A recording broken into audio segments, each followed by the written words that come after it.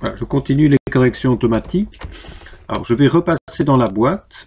Donc, fichier, options, vérification, options de correction automatique. Et je vais passer dans le deuxième onglet ici, automate. Alors, dans cet onglet automate, c'est exactement le même principe que les corrections en cours de frappe. Si on est amené dans notre document Word à taper des éléments mathématiques, eh bien on a ici toute une série de corrections automatiques. Donc ça veut simplement dire que si je tape l'élément de la colonne de gauche, apparaîtra l'élément de la colonne de droite. Si cette case correction en cours de frappe est bien cochée. Voilà, je vous montre. Donc simplement, si je tape slash par exemple int pour intégrale, je fais un espace, et bien Word va m'afficher le symbole de l'intégrale. Si je veux par exemple le symbole de l'infini, le code c'est slash infty, un espace, et j'ai le symbole de l'infini. Voilà, ce sont des corrections automatiques un petit peu particulières qui concernent les éléments mathématiques. Alors, pour clôturer les corrections automatiques, je vais voir l'onglet suivant. Voilà, l'onglet lors de la frappe. Et dans cet onglet lors de la frappe, il y a une option intéressante qu'on a rencontrée au début du cours. Ce sont les guillemets. Alors dans Word, vous avez deux types de guillemets. Ceci ou ceci. Si cette option est cochée, vous aurez ce type de guillemets qui apparaîtra. Si elle n'est pas cochée, vous aurez les guillemets traditionnels. Je vous montre, l'option est cochée.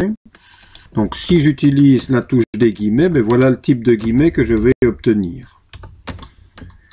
Si par contre je désactive mon option, ce que je vais faire maintenant, je désactive l'option, OK, OK. Lorsque je vais utiliser les guillemets, voilà le type de guillemets que je vais obtenir. Donc ça, c'est vous qui choisissez les guillemets qui vous semblent les plus adéquats. Tendance à laisser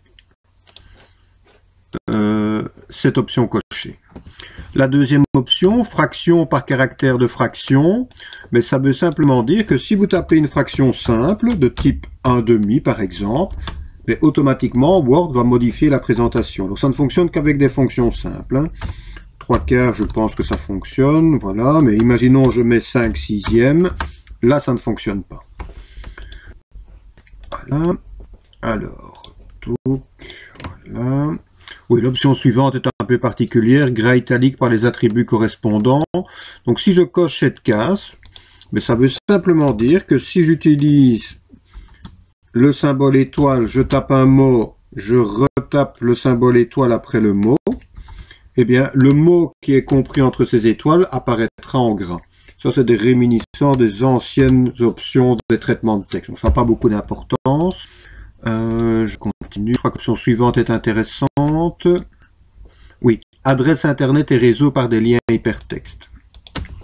Donc ça veut dire que si dans votre document Word, vous tapez une adresse internet, par exemple si je tape google.be, hop, eh bien ça devient un lien hypertexte. Lien hypertexte, ça veut dire que si je me place dessus, eh bien, et si je clique en enfonçant la touche CTRL, l'infobule me le montre, eh bien, en cliquant dessus, si j'ai une connexion Internet, eh bien, je vais simplement basculer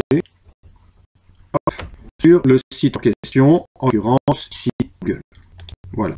Et pareil, si je tape une adresse mail, eh bien, je lancerai ma boîte mail, ce qui me permettra d'envoyer un mail à cette personne. Une dernière intéressante. Voilà, ici, oui, Ordino premier en exposant.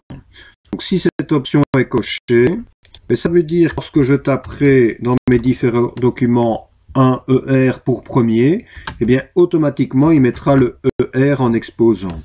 Si je tape deuxième, donc 2 E accent grave ME, le ME se mettra automatiquement en exposant. Pourquoi? Parce que cette option est cochée.